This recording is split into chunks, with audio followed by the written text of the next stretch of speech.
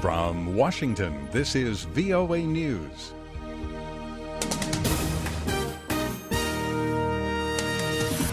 I'm David Forrest reporting. More aid to Yemen. U.S. Secretary of State John Kerry is in Saudi Arabia, where he says he will talk about a proposed humanitarian pause in the fighting by the Saudi-led coalition against Houthi rebels in Yemen. During a visit to the Horn of Africa nation Djibouti, Kerry announced $68 million in new U.S. aid to Yemen. A court in Afghanistan has sentenced 4 men to death for the mob killing of a 27-year-old woman in March. The men were part of a group of 49 people put on trial in connection with the assault, including 19 police officers accused of either failing to stop the attack or taking part in it themselves. French investigators say the co-pilot who deliberately brought down a Germanwings airliner in the French Alps in March apparently practiced such a controlled descent during an earlier flight the same day. The settings for selected altitude on the autopilot were adjusted several times as the plane descended on the first leg into Barcelona.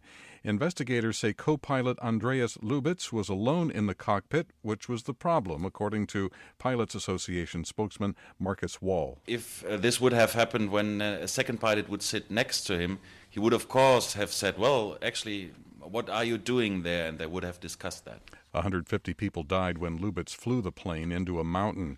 Suspected cattle rustlers ambushed and killed at least 54 people in a village in northwest Kenya, then drove away hundreds of livestock.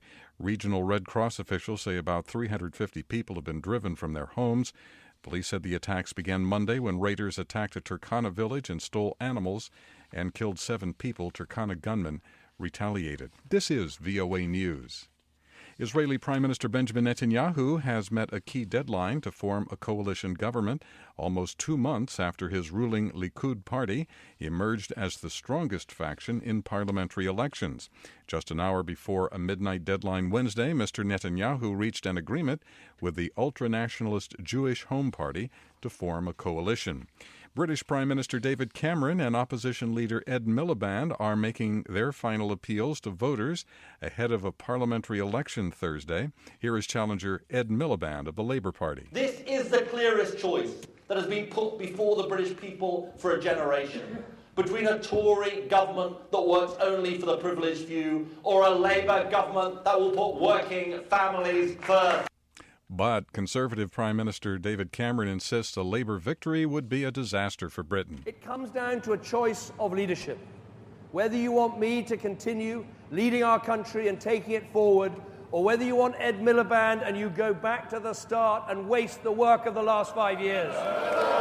Public opinion polls are showing the contest is too close to call. Results of a national survey Wednesday showed Mr. Cameron's Conservative Party with support from 33% of British voters, with Miliband's Labour Party a point behind. The polling suggests that the election results could force either of Britain's 2 main political parties to form a coalition government. The new constitution drafted by Thailand's government is aimed at returning the country to democratic rule, but the draft version is already under criticism. Ron Corbin takes a look. This will be the 20th constitution since Thailand became a constitutional monarchy in 1932, and its supporters say it tries to succeed where the others failed to create a stable and enduring democracy. But it has already drawn opposition from the country's 2 major political parties, who say it weakens their influence and will do little to end the political polarization that has divided the country over the past 15 years. Analysts say the main test will be now how the military government will gain public support and legitimacy for the charter. Ron Corbin, Bangkok, Thailand. Burundian opposition leader Artifacts Ndabatore has been arrested on charges of insurrection. The civil society leader opposes President Pierre Nkurunziza's plan, confirmed today, to run for a 3rd term in office. The Baltimore mayor today asked the top U.S. law enforcement agency to investigate whether the city's police department uses excessive force and violates the rights of criminal suspects. U.S. authorities are trying to determine if there is any connection between the Islamic State group and 2 gunmen responsible for an attack in Texas. That attack took place at a meeting where cartoonists were drawing pictures of the Prophet Muhammad. That's the latest world news from VOA.